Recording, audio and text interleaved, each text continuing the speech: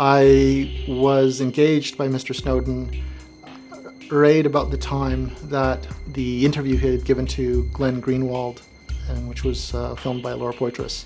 Just after that, I was engaged by Mr. Snowden.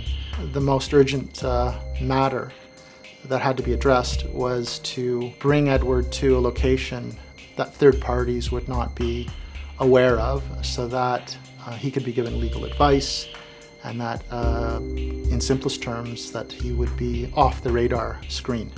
It was a very complicated situation because there was media converging in on a number of locations where Glenn Greenwald was, where Laura Poitras was, where Ed Snowden was. We took an approach, a strategy that was successful, and he was removed from that environment, and there was no way that anyone knew where he was at that point. Then the next step was to get him to the UNHCR. And the reason for that was he had to physically walk into the UNHCR offices to raise his refugee claim. Once he raised his hand to make that claim, then even if Mr. Snowden had been arrested and detained by the Hong Kong government, that he could not, it was impossible to have him removed or extradited to the United States. The strategy I took was to put him in a location where nobody would look.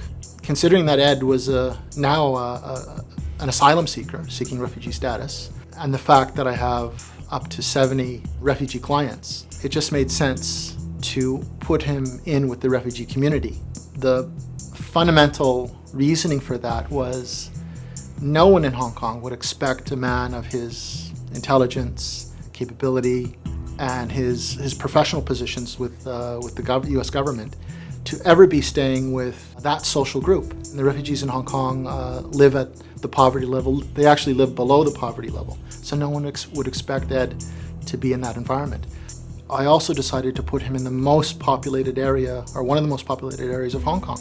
We had to have people physically on the ground that were able to go between one location and another. But we also used encrypted computer communications, Tor and OTA encrypted communications. At no time do we underestimate what the US government could do and the possibility that they could locate Mr. Snowden. He had options to leave through a variety of channels, a variety of modes. And in each channel, each mode, there were inherent risks. His flight through Russia was simply a transit flight. And there was, again, an inherent risk that he could get stuck there. And in the end, he was caught in a situation where he was stuck at an airport in Moscow. The Russian government has issued him with a visa that allows him to be resident and work there. This is not Mr. Snowden's intended destination. With the response, the global response by the media, by governments, when an individual steps in and that reality comes that close to him, it's a natural response to be worried, to be scared, to have certain fears. Ed's a human being.